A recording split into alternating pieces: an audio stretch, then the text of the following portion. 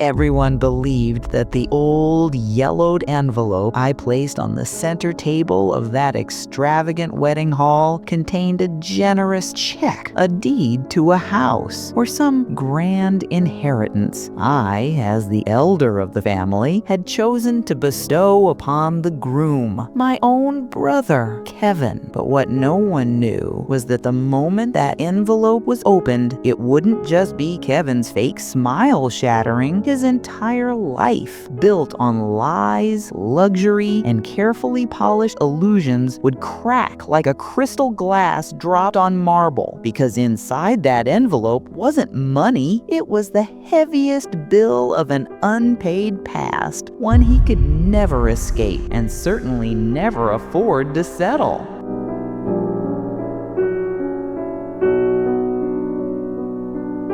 I first heard the date of my brother Kevin's legendary wedding not from him, the boy whose diapers I once changed, whose school uniforms I ironed, whom I held close after our mother died, but from Mr. Harris, the corner store owner who couldn't even look me in the eye when he muttered it, as if he were passing along some trivial neighborhood gossip.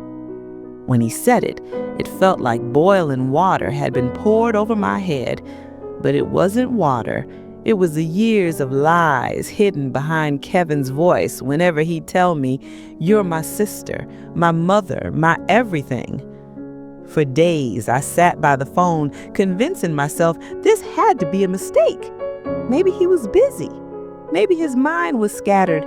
Maybe, just maybe, he planned to bring me the most beautiful invitation in person. Because when you fed a child while going hungry yourself, clothed him while wearing the same old coat for years, sewed your own wedding trousseau piece by piece so that he could afford textbooks after our father went bankrupt, you simply cannot believe that this same brother, now wealthy, now mingling with high society, would be ashamed of your calloused hands or your outdated coat. They say blood is thicker than water, but I had sacrificed my own flesh so Kevin wouldn't bleed. So how could I imagine that the same boy who wrapped his arms around my neck the day he left for college, whispering, "Sis, I'm gonna make you proud," would someday from the back seat of a black-tinted luxury car pretend he didn't even know me? Every unanswered ring of that phone felt like a needle stabbing deeper into my heart. When my neighbor Norma's daughter showed me a video on her phone, Kevin and his fiancée, that snobbish Natalie, hosting a glamorous wedding countdown party in a mansion overlooking the bay, I felt something inside me crack. Under the photos were the words, "Feeling blessed with our core family." And in that moment, I understood. In their polished, spotless, wealthy little core, there was no place for me, his older sister, worn, tired, smelling faintly of mothballs. I wasn't family anymore. I was a stain to be hidden, a detail to be erased. Still, I clung to hopeful lies. Maybe an invitation had been lost in the mail. Maybe he simply forgot to call. Maybe. At dawn, I stood before the mirror and put on the navy blue suit I had bought 10 years earlier for my late husband's nephew's wedding, the suit I had always saved for a special day. But that morning, I knew the truth. What I wore wasn't fabric.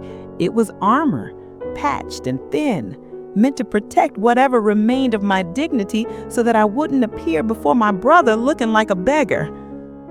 I took the bus to the city's wealthiest district, to the skyscraper where Kevin's corporate empire scraped the clouds.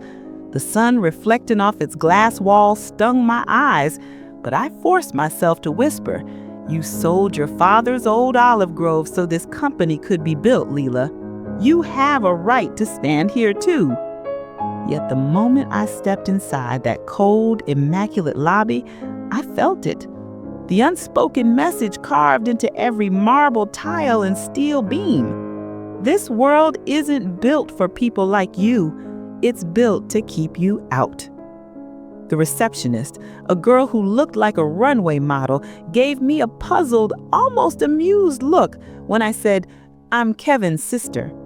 She glanced between me and her fancy computer as if trying to decide whether I was joking. Standing there with my worn-out tote bag, I felt more out of place, more foreign, more small than ever in my life. The expensive suited men who stepped out of the elevator, laughing as they brushed past me, all smelled of cologne and money. I tried desperately to sense my brother among them, a familiar breath, a whiff of the past, but I found nothing. I waited and waited.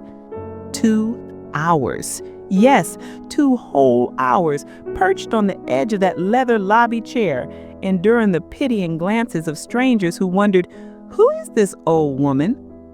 Finally, the receptionist approached me, eyes downcast. "Mr. Kevin is in a very important meeting. He won't be able to come out. If it's not urgent, he'll call you later." But I knew. God, how clearly I knew. Kevin wasn't in a meeting. At that very moment, he was watching me through the security cameras, seeing his country bumpkin sister sitting in his pristine lobby and choosing not to come down. He had edited me out of his shiny new life, deleted me like a typo. And the pain of that realization stabbed straight into my lungs like an invisible blade.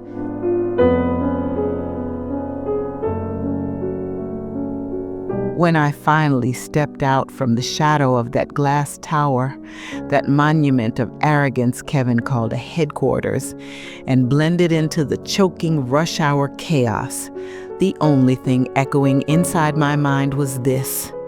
Sitting in his air-conditioned office, wrapped in Italian leather, my brother had long forgotten the nights I buried my youth, my dreams, even my chance at motherhood, just so he could have a future.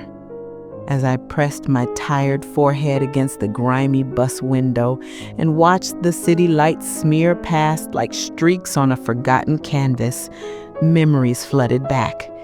Kevin as a frightened child during thunderstorms, crawling into my arms whispering, "As long as you're here, nothing can hurt me." And me promising him, "I'll never leave you." But the truth, sharp as a blade, cut deeper with every breath. I was not the one who left. I was the one left behind, tucked away like an old suitcase in the darkest, dustiest corner of memory. When I reached my neighborhood, the faint, flickering street lamps felt like old friends. But then Mr. Harris, the grocer, stopped me. He couldn't even look at my face as he handed me a thick, luxurious envelope, shimmering with gold foil letters spelling out Kevin and Natalie. The moment I touched it, I understood. It wasn't addressed to me. It was meant for some distant relative by marriage, a man who hauled goods for Kevin's company. To Kevin, I wasn't a sister. I was merely a mail carrier, an accidental middleman. I placed that ornate invitation on my kitchen table, my hands trembling. The heavy, textured cardstock read, "It is our honor to celebrate this joyful day with our distinguished guests."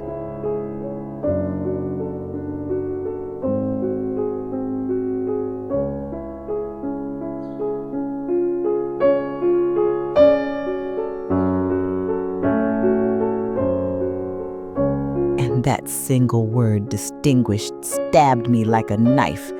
There was no room in distinguished for my calloused hands, my outdated clothes, or the kind of love too real to fit the polished world Kevin now inhabited. He didn't want a sister at his wedding. He wanted props, sparkling mannequins who wouldn't ruin the aesthetic. I pulled from under my bed a stack of yellowed papers, records of every bracelet, heirloom, and piece of jewelry I'd sold over the years to pay Kevin's college tuition, dorm fees, textbooks, items that belonged to our mother. Those weren't numbers on a page. They were the price of my unworn wedding dress, my unplanned vacations, my unbuilt home.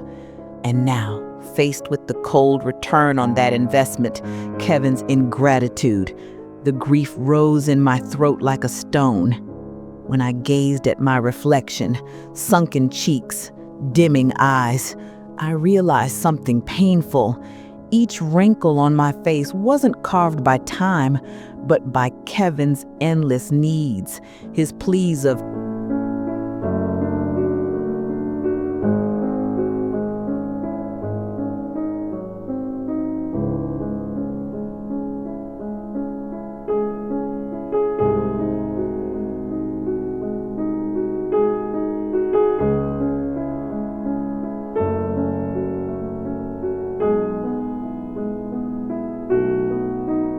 "Just hold on a little longer, sis, I'll save us," and my foolish belief in him.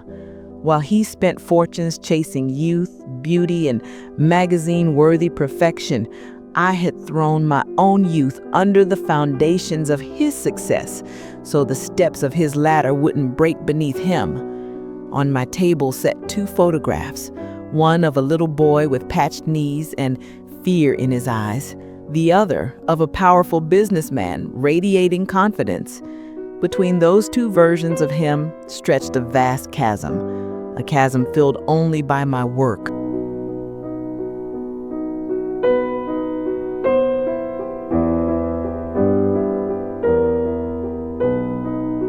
My love, my sacrifices, my silent prayers. Yet in his bright new world, I, the builder of that bridge, was worth less than the security guard at his door. And in that realization, something inside me hardened. My reservoir of tenderness evaporated, leaving behind a single seed, a seed of deep, cold black fury. As the first cold rays of dawn seeped through my kitchen window, burning my sleepless eyes, I understood. Crying wouldn't save me.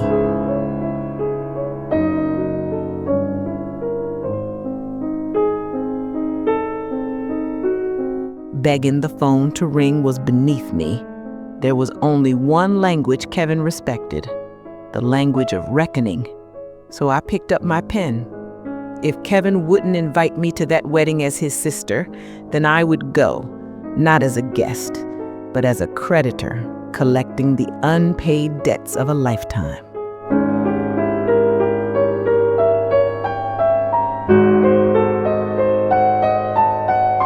As I spread that piece of graph paper across my table, writing down every dollar I'd spent on Kevin, every heirloom I'd sold, every gold coin I'd pawned, line by painstaking line, as if I were balancing an old grocery ledger, I realized something.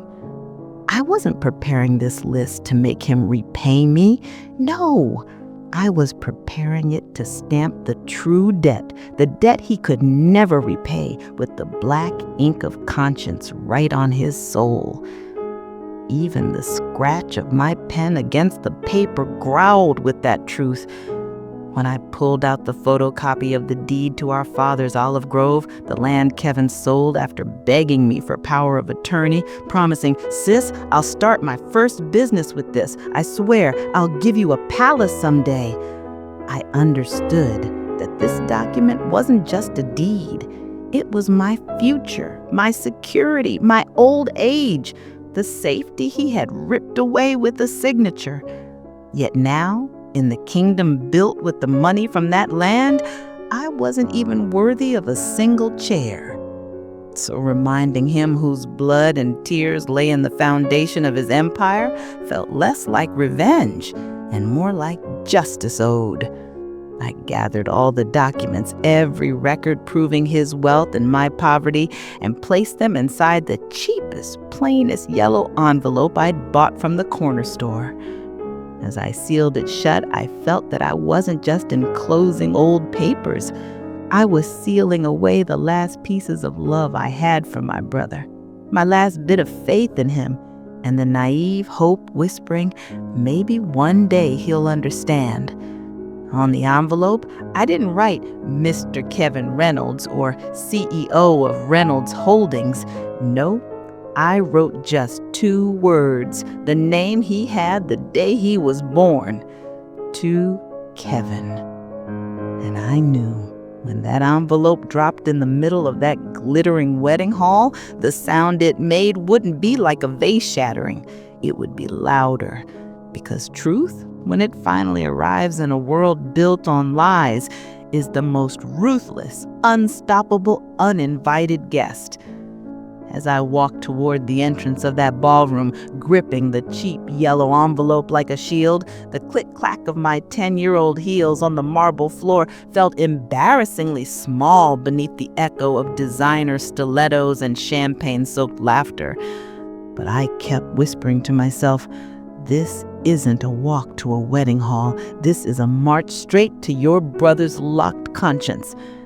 I watched the women dripping in diamonds and the men in tailored tuxedos glide through the doors with nothing more than a nod to the doormen. And all I could think was, when Kevin was a child, ashamed to step outside on holidays because he didn't have clean pants to wear, I would hold his face and say, "You're my lion. Hold your head high." But tonight, ironically, it was my turn to stand at a door, head raised, waiting like an outsider in a life I helped build. When the huge security guard, wearing an earpiece and a look that could cut glass, scanned me from head to toe, studying my old skirt suit as though it were a weapon, then flipped through his black list and asked, "Ma'am, your name's not here. Are you sure you're at the right event?" Shame slammed into me like a cold wave. It wasn't a question, it was a verdict, a polite, merciless reminder. You don't belong in this world. Behind me, the murmurs of the impatient crowd rose, and the guard made a tired motion with his hand as if to brush me aside.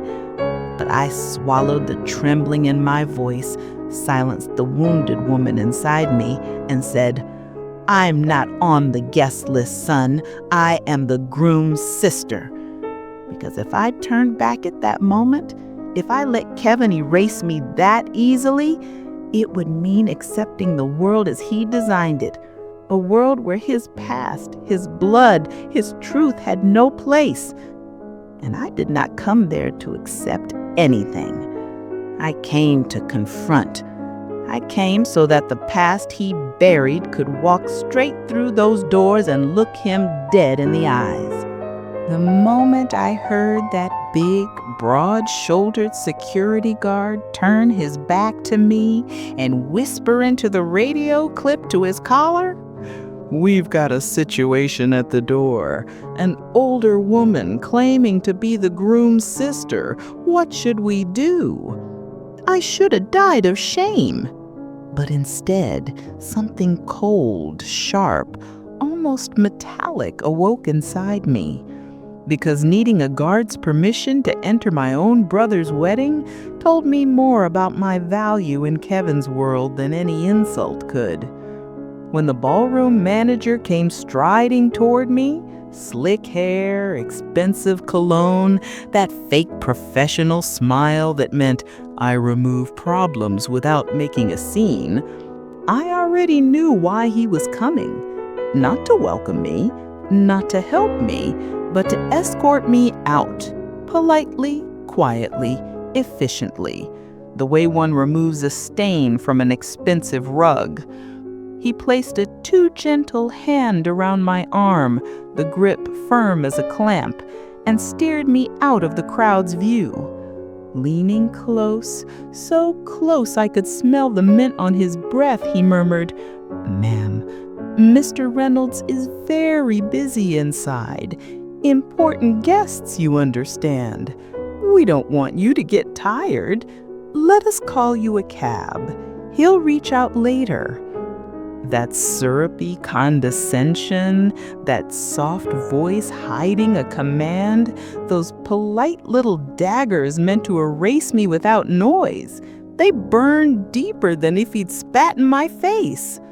I tore my arm away, Before he could even blink, I pulled the yellow envelope from my bag like it was a blade and pressed it hard against his immaculate white shirt.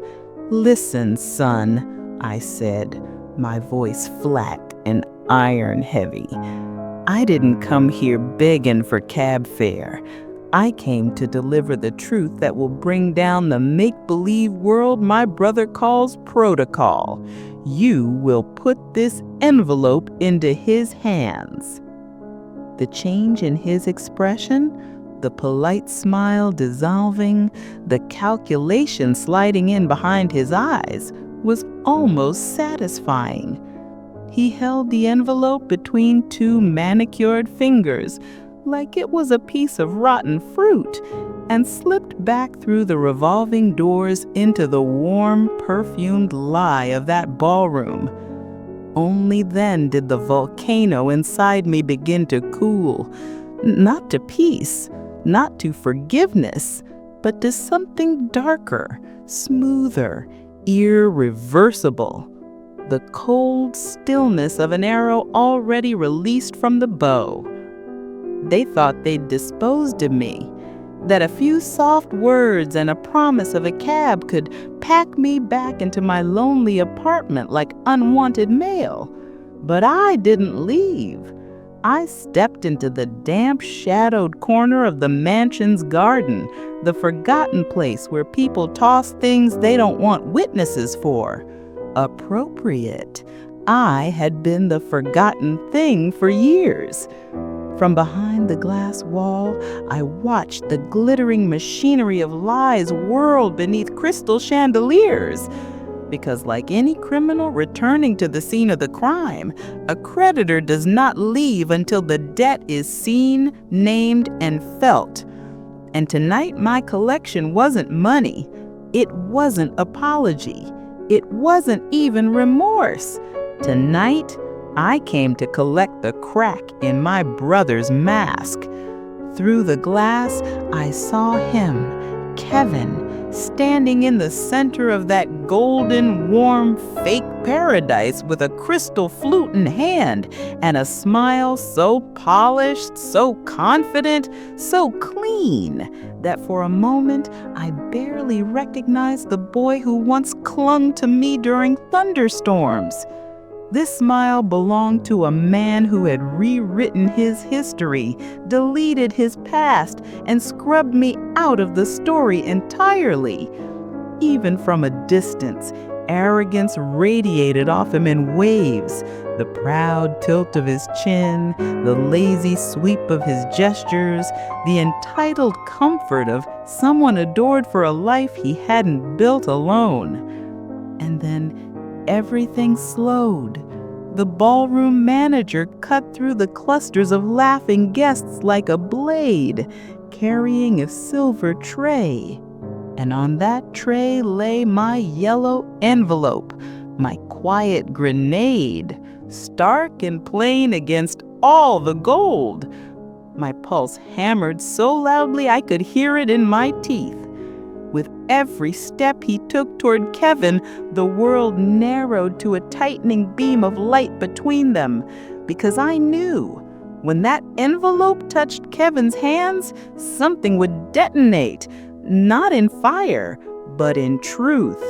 A blast powerful enough to rip the varnish off the life he lacquered over his past. I pressed my ear to the cold glass, held my breath, watched, and waited with the calm, steady patience of an executioner. When I saw that pale yellow envelope on the silver tray, sitting there like an ugly stain among champagne flutes and gourmet hors d'oeuvres, I realized life sometimes delivers its harshest revenge through the simplest objects. Kevin had spent a lifetime running from that envelope, from the poverty it represented, from the neighborhood we grew up in, from the small life he was so ashamed of. Yet here it was, that very past he buried so deep, returning on the happiest night of his life, served to him on the shiniest tray in the room, insisting on being seen. When his laughing face froze, the moment his eyes landed on the crooked handwriting he knew better than his own, the handwriting of the sister who taught him to read, who waited for his letters during basic training until her eyes burned red, I could almost feel, even through the glass, his heartbeat change. That confident posture wilted into something small, frightened, childlike. His hand hesitated just for a second before reaching for the envelope. But in that hesitation, I heard everything he'd been denying for years. Because deep down, he'd always known this reckoning would come. And no matter how high a man climbs, no matter how powerful he pretends to be, a single slip of paper delivered by the person he betrayed can crush him harder than the fall of a skyscraper. Watching him tuck the envelope into the inside pocket of his suit, hiding it like a crime weapon, pressing it right above that fossilized heart of his, and forcing a weak smile at the guests, mumbling something about just some minor paperwork, I knew he had just placed not a letter, but my curse, my truth, my pain right against his chest, where it would burn him forever. When he slipped away from the ballroom's roar, from the fake laughter, the empty congratulations, and disappeared into the restroom lined with marble floors and gold-plated faucets, I knew exactly what he would find in the mirror. Not the successful CEO everyone admired, not the man on magazine covers, but the boy who once stared at the grocery store floor in shame because we couldn't afford to pay our tab. That boy was the face he saw reflected back at him the moment the lock clicked behind him. When he pulled that cheap, wrinkled yellow envelope from his pocket, like it was a burning coal scorching his palm, his hands shook as he tore it open. And the sound of that paper ripping, that fragile little sound, was louder than the orchestra outside. It was a scream, a verdict, a punishment. He didn't yet know exactly what was inside, but he knew it was something he tried desperately to forget, something no luxury, no status, no amount of money could ever cover. As the contents spilled onto the sink, old bank slips, the deed to Dad's small orchard he'd talked me into signing over, and at the top, the little scrap of paper in my trembling handwriting, the note where I'd written down the date and weight of the 3 gold bracelets I sold so he could attend that dream university of his. In that moment, he finally understood. Those bracelets weren't gold. They were forged from my abandoned dreams, from the womanhood I sacrificed, from the years I gave up so he could shine. Every smudged letter on that paper tightened the knot in his throat. He splashed cold water on his face again and again, scrubbed his skin with those fluffy hotel towels, but nothing could wash away the stain spreading across his soul.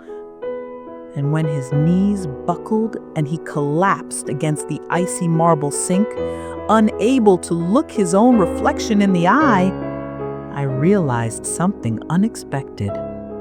For the first time that night, for the first time in years, he was the one who was poorer than me, lonelier than me, smaller than me. And that quiet, devastating truth cooled the fire of my revenge more gently than any mercy ever could.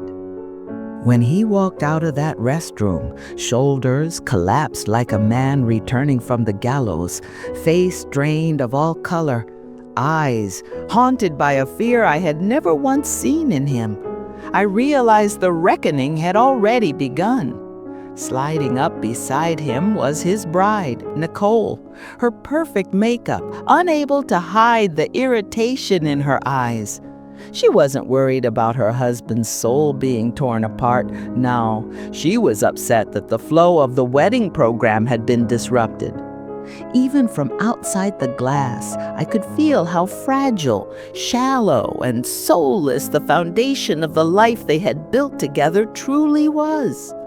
As she tugged him back toward the center of the stage, toward the applause and flashing cameras, I watched him scan the room, darting eyes searching between pillars, behind floral arrangements, and even toward the dark corner of the garden where I had been hiding moments earlier. He was looking for me. To apologize? To confirm that the nightmare in his pocket was real? Or simply to see whether the ghost of his own betrayal was standing somewhere in the shadows watching him? Whatever the reason, my absence hung over that ballroom far heavier and far darker than my presence ever could have. When they lifted the silver knife to cut the towering wedding cake, I saw Kevin's free hand instinctively press against his left breast pocket, right over the yellow envelope, as if it were burning through the fabric of his suit. And at that moment, I knew every sweet bite of that cake would turn to ash in his mouth. Every sip of that expensive wine would taste like poison. And no matter how luxurious his life looked from the outside, he would never again sleep the careless sleep of a man without guilt. Satisfied that I had seen enough of their glittering charade, I slipped out of the damp garden corner and melted into the night. By the time I reached the edge of the property, the humiliation I'd carried on my shoulders when I first arrived, the shame of being the sister who wasn't invited, had evaporated entirely. In its place came a strange, solemn peace, the kind a prophet might feel after warning a king of his own downfall. Because I might not have entered that ballroom, but I had placed something inside his fortress, quietly, invisibly, a Trojan horse of guilt that he himself carried straight to his heart. And the real battle, the long and merciless one, would begin only when the music stopped and the guests went home, when he was alone with his conscience in the cold hours of the night. Walking away from that glowing tower of music and laughter, that flimsy palace he called success, and heading toward the empty, salt-scented boardwalk, I felt lighter than I had in decades. Because with that envelope, I had finally placed the crushing weight of, will Kevin ever love me? Will he ever value me? Does he even remember what I sacrificed? Where it belonged, on him, not on me. My steps felt feather light. Every breath tasted like freedom. When I turned into my own neighborhood, those narrow, cracked streets lit by tired lamps, and the stray dog by my building wagged its tail and came running to greet me, the warmth in its eyes was more genuine than anything I had seen at that glittering wedding. Petting its head, I whispered a quiet prayer of gratitude, because love isn't found in marble halls or beneath chandeliers, but in the presence of a heart that asks nothing of you. Inside my small apartment, still smelling of detergent and old plaster, I hung my navy suit back in the closet. It no longer felt like a special outfit, but a uniform from a battlefield where I had finally seen my brother's true face. As I lay my head on my stiff old pillow and stared up at the familiar cracks in the ceiling, I pictured Kevin right at that same moment, tossing and turning on his goose-down mattress, the envelope burning hotter and heavier against his chest. And that quiet certainty that justice had begun its slow, unstoppable work was the sweetest comfort I had felt in years. For the first time in a long time, I fell asleep without wondering what I would eat tomorrow, how I would pay my bills, or whether Kevin would ever call again. I slept deeply, peacefully, the kind of sleep only a clean conscience allows, with a small, proud smile resting on my lips. When the first clean, untouched rays of morning slipped through my kitchen window and lit up the wilted leaves of the geraniums I had kept alive through years of heartache, I realized something. The anxious, hopeful woman who used to wake up and grab her phone, waiting for even the smallest sign of affection from her brother, had died in that mansion's garden last night. And the woman who woke up this morning was someone entirely different. A woman no longer begging for scraps of kindness. A woman who had learned to heal her own wounds. A woman who had sealed a lifetime of his ingratitude into a single envelope and handed it right back to its owner. Even the bitter taste of my tea carried that truth. Across the table, my phone blinked like a muted conscience, Kamal flashing insistently on the screen, but I didn't reach for it. I already knew that the voice on the other end wasn't the voice of a remorseful brother. It was the frantic voice of a businessman whose honeymoon had turned sour, whose carefully crafted empire had cracked, whose lies were collapsing under the weight of the truths inside that yellow envelope. And I was done negotiating with such a man. When my neighbor Norma slipped through the door with a warm plate of pastries and her usual nosy excitement, "So Leyla, tell me, how was that fancy wedding? What did the bride wear? Did your brother seat you right up front?" I looked her straight in the eyes. Instead of lying, instead of preserving the foolish pride of pretending to belong in that glittering world, I told her plainly, "The wedding was bright, Norma. So bright that people like us, our memories, our truths, became invisible. So I left early and came home to my own darkness, to my own peace." My voice was so steady, so grounded, that even talkative Norma fell into silence. Only after she left did I finally pick up my phone, not to answer, but to erase. One by one, I pressed delete on every missed call, every panic message, every digital trace of my brother's voice. And as the phone powered off with its little farewell tune, I felt something deep inside me click shut. A door, a wound, a lifetime of disappointment. By midday, when the call to prayer faded and the neighborhood's dusty silence settled back into place, I heard an unfamiliar engine rumbling down our forgotten little street. A black government-grade town car, shocks groaning with every pothole. Peering from behind my sheer curtains, I knew instantly that this flashy machine wasn't here to take me anywhere nice.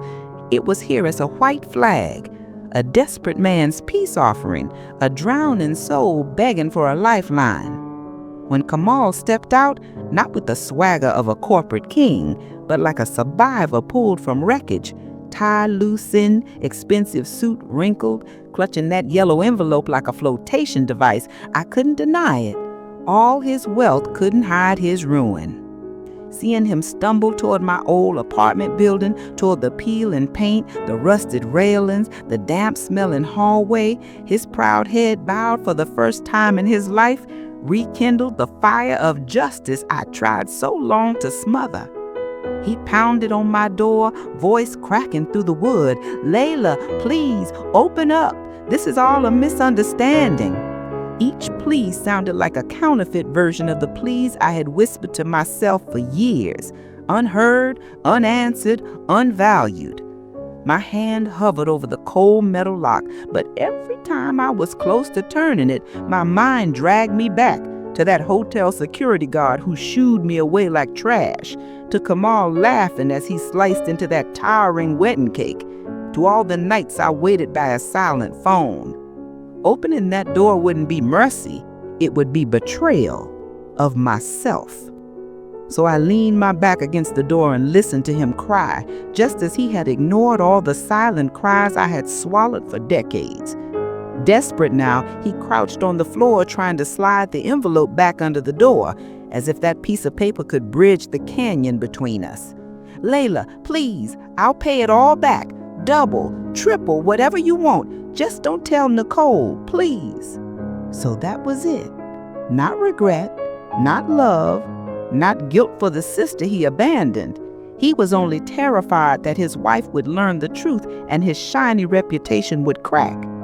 With a slow, steady breath, I lifted my foot and tapped the edge of the envelope, nudging it gently back toward the crack beneath the door, back into the hallway, back into the cold world where my brother now lived alone with his choices, back to the dark side he himself had chosen. As I listened to Kamal collapse outside my door, waiting in vain for the comforting words of the loving sister he had trampled for years, hoping to buy forgiveness with an envelope full of cash he thought could solve anything, I felt something strange inside me. Lightness, relief, clarity. With every dragging footstep he took down those old apartment stairs, the mighty CEO who had belittled me for years shrank into exactly what he had always been, a scared little boy desperate for a pat on the head from the sister who had raised him. And by refusing to open that door, I had finally given him the hardest, sharpest, and most necessary lesson of his life. When his shiny black car, once a symbol of power, now an ambulance of panic, finally turned the corner and disappeared in a trail of exhaust, it felt as though the vehicle was dragging away all my years of disappointment, waiting, self-neglect, and wasted devotion along with it. I pulled my thick curtains shut, not gently, but with a fierce, almost violent certainty. I didn't want the fake sunshine from outside. I wanted the quiet glow that belonged only to me. A peace no longer tainted by Kamal's shadow. As I stood before the silver-framed photographs I had polished like sacred relics, photos documenting his journey from a sweet little boy in a hand-me-down suit to a ruthless businessman in custom tailoring, a cold realization hit me. For years, this house had not been my home. It had been a shrine to him.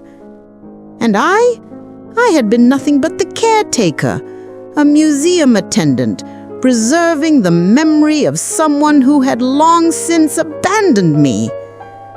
With steady, unshaking hands, I began removing the frames one by one. Not the way someone clears out a loved one's belongings, but the way a landlord cleans up after an ungrateful tenant. Each photograph I placed into the cardboard box felt like lifting a stone off my back.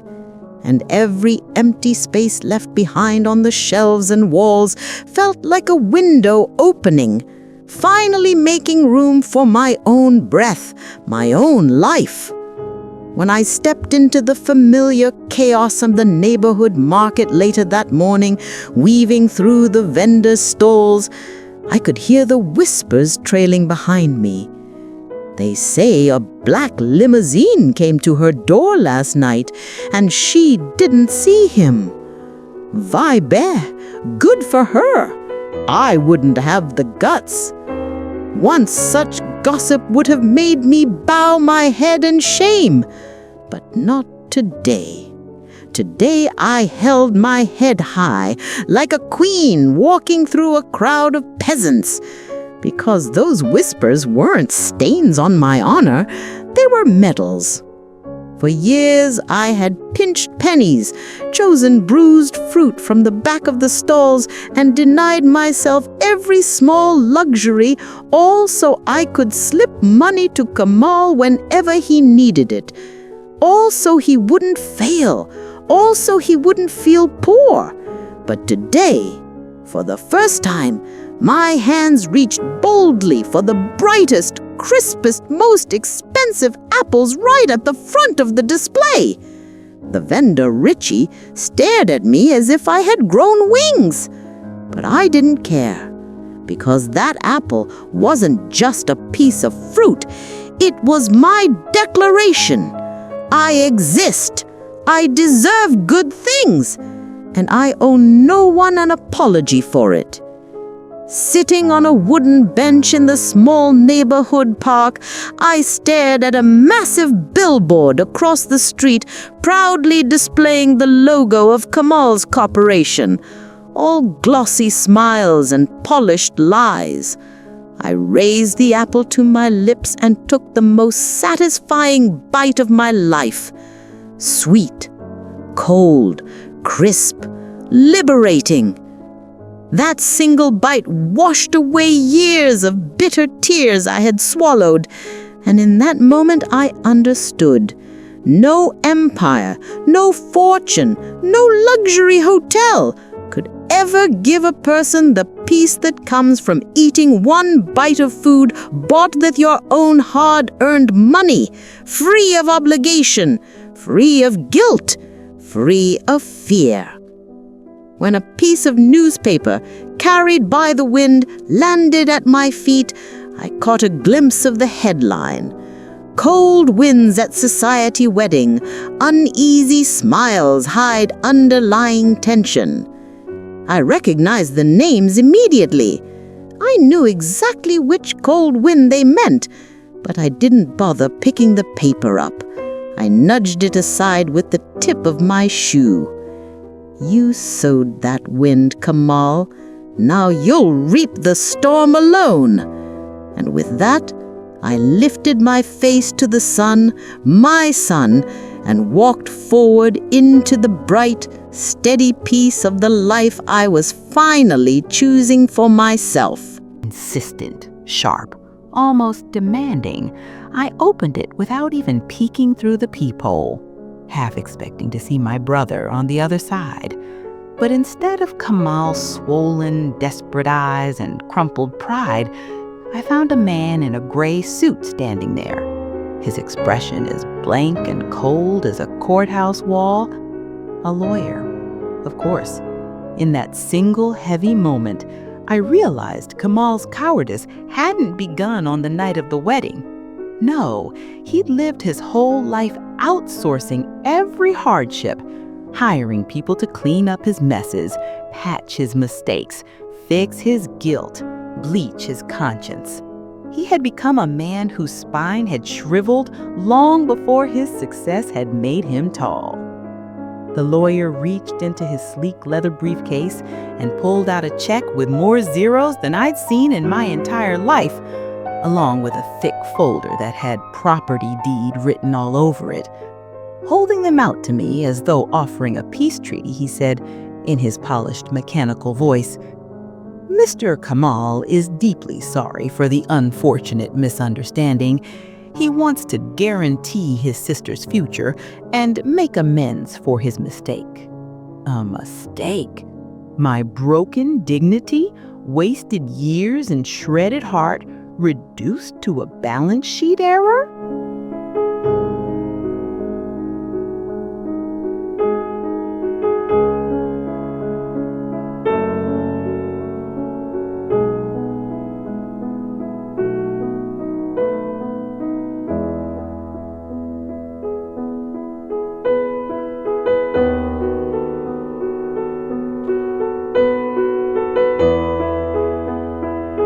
Realization hit me harder than any poverty I'd ever endured. My brother thought my pain had a price tag, that if he paid enough, I would fold, that I would take the money, bow my head, and disappear quietly back into the shadows. But when the lawyer finally lifted his gaze and met the steel in my eyes, the unbuyable resolve of a woman who had nothing left to lose, I watched him shrink. His confidence collapsed like cheap stage scenery. I didn't raise my voice. I didn't touch the check. I didn't give him the dignity of a response. I simply stared, and in that silence, I said everything. Money can buy silence, fear, desperation, but it cannot buy me. Not anymore. He fumbled, taken aback. And as I slowly closed the door, he made one last attempt, shouting through the narrowing crack, "Ma'am, you shouldn't refuse this. This could change your life." I shut the door with a solid final thunk, a sound that echoed through the whole apartment like a gavel. And I knew, even before the click of the lock settled, that I had slammed the door not only on a fortune, but on Kemal's imagined right to buy me, silence me, command me, or redeem himself with cash. My life, my peace, my dignity, they were already saved. Not by money, by say no. For years, neighbors had looked at me with pity. Poor woman, her brother lives like a king while she struggles here. But after news spread that I had turned away the fancy car, the thick envelope, the hush money, they didn't pity me anymore. They stood straighter when they saw me. They greeted me with respect, hands adjusting their jackets, voices softening, eyes brightening. It was the first time the entire neighborhood understood the truth. Real wealth isn't measured in zeros. It's measured in backbone, in unshakable self-worth, in the power to refuse something everyone else would die to accept. Later, sitting in front of my old tube TV, I watched the evening news. There he was, Kemal, once untouchable, once glorified. But now, he flinched whenever a camera turned his way. He dabbed sweat from his forehead. His eyes darted around like a hunted man. Investigators were entering his companies. Rumors swirled like vultures overhead. This wasn't an economic crisis. This was the bill for his past. My silence was no longer his shield, and the yellow envelope had finally detonated. And while the city whispered about his downfall, I, quietly, without theatrics, redirected all the love, time, and sacrifice I had once wasted on Kemal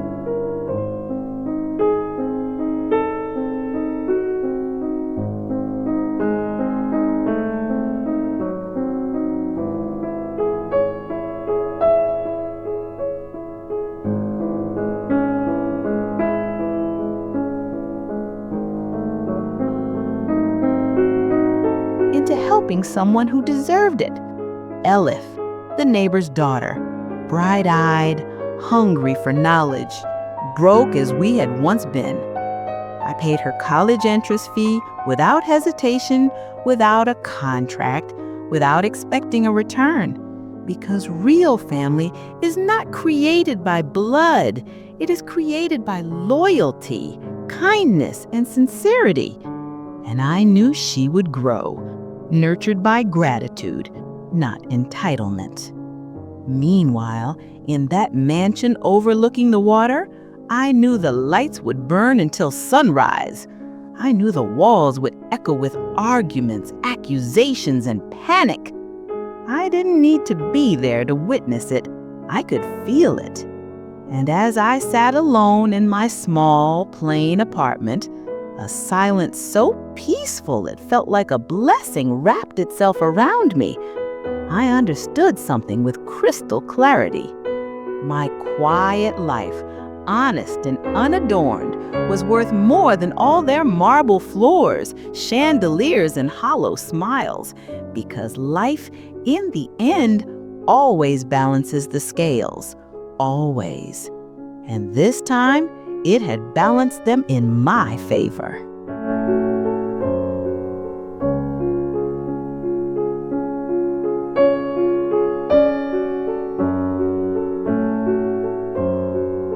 The tire marks from my brother's black luxury car hadn't even faded from the dust on my street when another engine growled its way toward my building.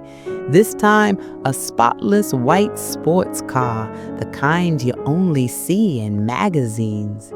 Inside it was his wife, Nesrin, gliding toward our neighborhood's potholes like some silk-wrapped princess dragged through a swamp. And in that moment, I understood. Kamal hadn't dared tell her what was inside the yellow envelope. But a woman's intuition, the one compass that never lies, had driven her straight to the source of the truth, my door. Her expensive heels sank into our old street's mud with each step, and the disgust on her face deepened every time she had to lift her pristine hem out of harm's way. By the time she reached my stairs, she'd already held her perfumed handkerchief to her nose twice, as if my life had a smell she needed protection from. When she stood at my doorway, I faced her without weapons, without excuses, just myself, in my most honest and unvarnished state. And I knew instantly she hadn't come for confrontation.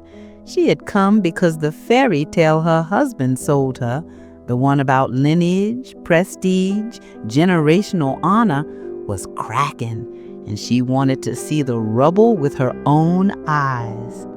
Standing in my small living room, she scanned every chipped wall, every faded carpet, every dusty rectangle where framed photos had once hung before I removed them. And as she looked, I watched something shift inside her. Arrogance dimming, disappointment rising, and finally, the quiet collapse of a woman realizing she married a myth. Her voice trembled when she finally whispered, "He lied to me, didn't he? About everything. His family, his past, his money, everything?" I didn't say yes. I didn't say no. I didn't need to. I simply looked at her, really looked, and let silence speak the truth. It was louder than any confession, and she knew it. Her entire body recoiled as if struck, and without another word she turned and fled, escaping not from me, but from the ruins of her illusions. The next morning, while sipping my tea, I caught a glimpse of the news ticker on TV, a photo of my brother and his wife side by side beneath a brutal headline, "Fairy Tale Over." Nesrin's powerful father, the financial pillar Kamal leaned on for years, had withdrawn his support overnight. One tear from his daughter and Kamal's grand empire, built on rotten foundations and borrowed prestige, began to crumble like a condemned building under its own weight. Later that night, I noticed a dark car parked at the end of my street, engine running, headlights off, like a wounded animal hiding in the shadows. Even from my window, I knew it was him. And I also knew this: he didn't want the mansion. He didn't want the money. He didn't want the empire. He wanted the tiny, warm living room where we once roasted chestnuts on a small stove. He wanted to bury his head in my lap like he did as a child and cry his shame out. He wanted comfort, the one thing his pride would not let him ask for. Through the fogged car window, I could almost feel his desperation, the kind that clung to glass like breath on a cold night. While he sat outside drowning his guilt in a bottle, I stayed in my kitchen, slowly stirring a pot of homemade winter soup, my mother's recipe, letting the aroma fill the house with the warmth of a childhood he had abandoned. And in that moment, I understood. The greatest wealth in the world is the peace you feel when you lay your head on your pillow and a pot of soup gently simmering on your stove. No empire, no fortune, no penthouse view could buy that. When dawn finally broke and I stepped outside. The corner where he had kept vigil was empty. What remained was cigarette butts, an empty bottle, and the ashes of a man who didn't know how to come home. I swept the debris into my dustpan as casually as if it belonged to a stranger.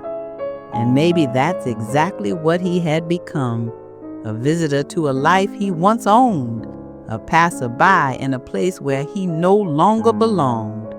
Because what stayed, what would always stay, was not him, but me. My broom, my clean doorstep, my quiet strength, my unshakable morning ritual, my refusal to break. The wind carried away the last bits of dust as I whispered to myself, "Some people leave, some people return, but I stay and I stand."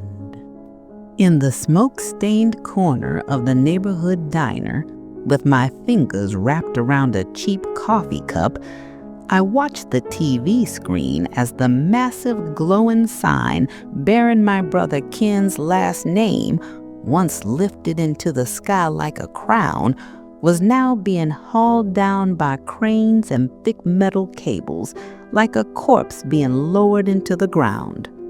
With every metallic shriek, every bolt ripped free, I heard not just the fall of a company, but the collapse of a tower built on my tears, on our father's pawned legacy, and on lies mixed into the mortar like poison. It was a fall as inevitable as gravity itself. Later, as I stepped outside and saw Ken walking out of that same corporate tower, once the kingdom where people straightened their jackets at his arrival, I watched him now carrying nothing but a small cardboard box of personal belongings. His shoulders were slumped, his hair streaked with gray, his face carved with defeat. And I knew, even from miles away, the weight inside that box wasn't office trinkets. It was the rubble of a lifetime of ambition, a lifetime built on the land he sold, the hearts he broke, and the sister he left behind. And now, with everything gone, not a single friend remained to steady him. When I returned to my own humble home, its paint peeling, its walls tired from years of struggle, I sat on the old velvet couch I'd once been ashamed of. Running my hands over the worn fabric, I understood something with startling clarity. This couch, this rug, this modest home, they may never appear in glossy magazines, but at least they weren't built on stolen chances, broken promises, or someone else's suffering. And for that, they were worth more than all the luxury Ken had just lost. Standing by the window, watching children run through the street, I saw a little boy fall and bloody his knee. Before I could even move, a small girl dropped her game and rushed to him, whispering, "Don't worry, I'm here." Tears stung my eyes, not because Ken had gone bankrupt, but because the real bankruptcy happened long before, when he let the innocence of our childhood, our pure belief in each other, get chewed up by money's cold machinery. That evening, under a flickering street lamp and a sky heavy with rain, I saw Ken standing at my doorstep again, this time carrying a tiny, pitiful suitcase.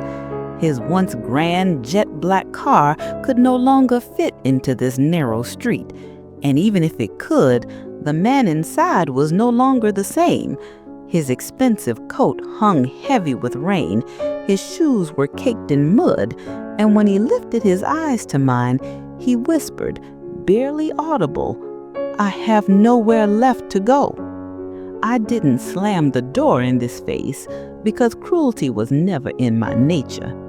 But I didn't throw my arms around him either. I simply stepped aside, the way one steps aside for a stranger seeking shelter.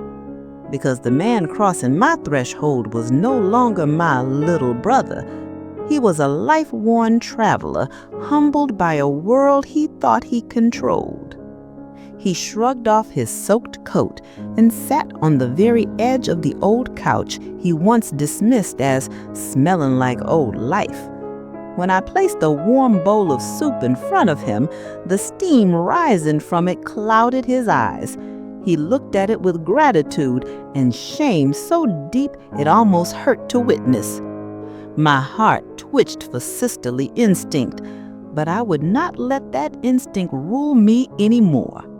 I reminded myself silently, kindness is not the same as forgetting. So I watched him eat from a distance, separated from him by the invisible glass wall built brick by brick from years of betrayal. As he hunched over the bowl, tears mixing into his soup, I turned toward the window and stared into the night. I offered no comfort in words, none of the "it's okay" lies he once expected from me, because his tears, as heavy as they seemed now, were still only a drop in the ocean of tears I had cried for him. And some wounds, not mine, but his, could only be healed by swallowing the bitter medicine of his own regret.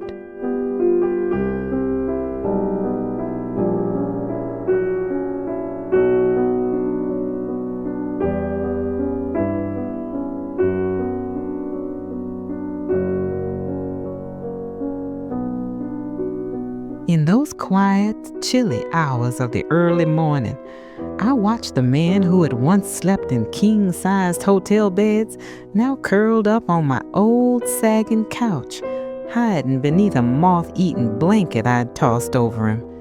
Even in sleep he found no peace, just twisting, gasping nightmares. And as I stood there looking at him, I felt neither anger nor the faint remnants of old sisterly tenderness. What I felt was a cold, steady clarity. The brother I had held so close to my heart all my life was a myth I had created, and the real kin, the one lying on my couch now, was nothing more than a broken stranger whose soul had already gone bankrupt long before his company ever did.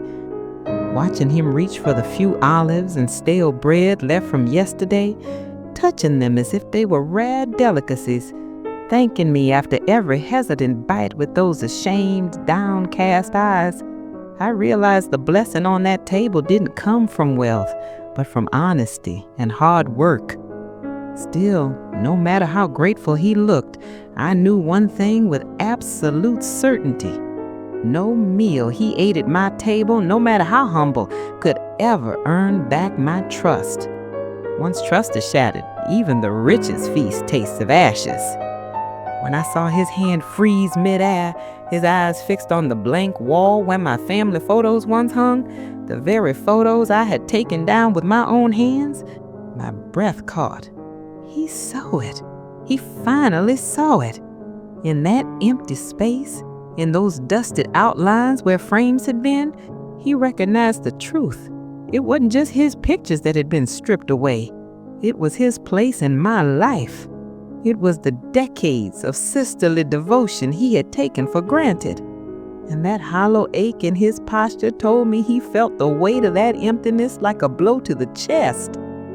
When he jumped up suddenly, desperate to be useful, fumbling with the old cast-iron heater he'd never touched in his life, trying to light it as though warming the room might somehow warm my heart, I gently took the poker from his hand and looked straight at him. I didn't need to say the words aloud. They hung in the air between us. I survived this house, its cold, its loneliness, its burdens by myself for years. A fire you light now won't melt the mountain of mistrust that is frozen inside of me. And in that moment, he understood, without argument or plea, that he wasn't my helper, my protector, or my family anymore, only a shadow passing through a home that was no longer his. Later, I found him on my tiny porch, wearing an old faded sweater instead of his tailored suits, carefully watering my drooping geraniums with trembling hands. He tended to those plants as if they were the last fragile thread holding him to life. Watching him, I understood the exquisite cruelty of life's most perfect punishments. It hadn't destroyed him by taking away everything he owned. It had destroyed him by teaching him the value of the small, ordinary, humble things he once mocked, only after it was far too late. When he wrapped both hands around the warm glass of tea I'd given him, trying to fill the silence with stories from my childhood, our adventures by the creek, the days we flew kites, I listened without reacting. His forced smiles, his soft, "Remember that day, sis?" They bounced off me like pebbles thrown at a fortress door. The innocence of those memories had died the night he had me turned away from the doors of his wedding. There was no bringing that innocence back. No story, no apology, no nostalgia could revive it. And the hollow space in my chest confirmed it with every beat. When the junkman's cart rattled down the street, a loud tinny cry that once made Ken slam the window shut and complain about this neighborhood noise, he didn't flinch, didn't sneer. He only lowered his head, listening quietly, as if he recognized himself in that broken sound, a discarded thing rolling through a street that no longer belonged to him. As dusk settled in and I gathered the empty tea glasses, he reached forward timidly, wanting to help, wanting to belong in some small way. I cut him off with nothing more than a single look, calm, distant, unwavering. In that silence, he understood. In this house, in this life, on this small balcony, our roles had changed forever. He was no longer the brother I protected. He was only a guest, a weary traveler seeking shelter in the shadow of a woman whose strength he had underestimated for decades. And that truth, unspoken, cold, and irreversible, was a weight we would both carry for the rest of our lives.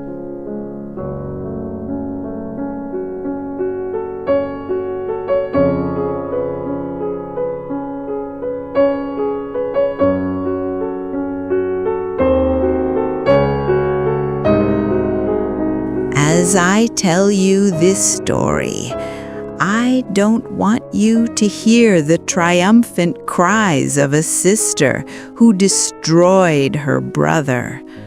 I want you to hear the weary breath of a woman who had to prune the poisonous vine of ingratitude with her own hands. A woman who bled from every thorn she cut.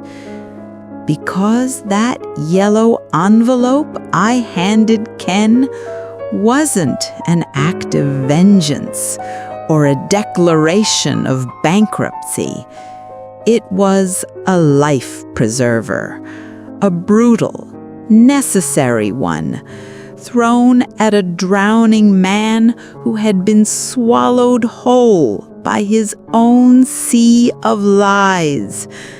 I hurled him not toward comfort, but toward the only shore still capable of saving him, the hard, rocky, unforgiving edge of his own conscience. And now, as I look at him sleeping in the next room, not dreaming of wealth he's lost, but perhaps for the first time in his life, sleeping in a peace money could never buy, I understand a truth as old as time. A fractured pot may be glued together, but it will never hold water the way it once did. The bond between us, once called family, will always ache at its seams. It will always carry the scar of where it broke.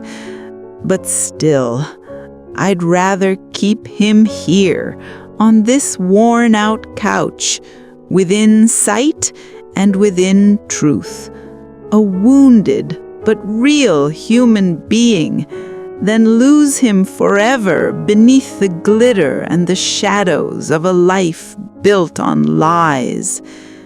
That, to me, is the fairest ending fate could have offered.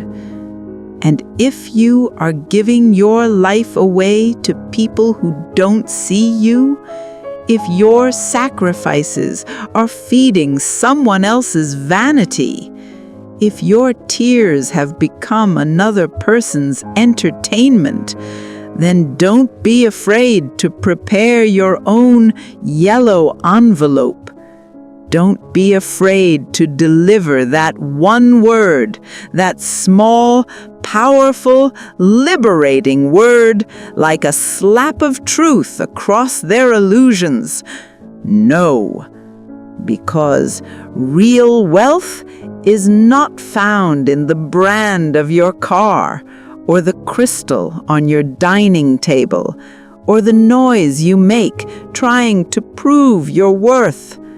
Real wealth is this: when night comes and you lay your head on your pillow, you can meet the eyes of the people who truly love you, steadily, without shame, without hesitation, and feel the priceless honor of a clean conscience.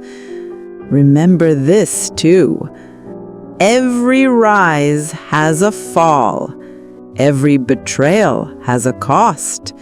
Every patience has an ending.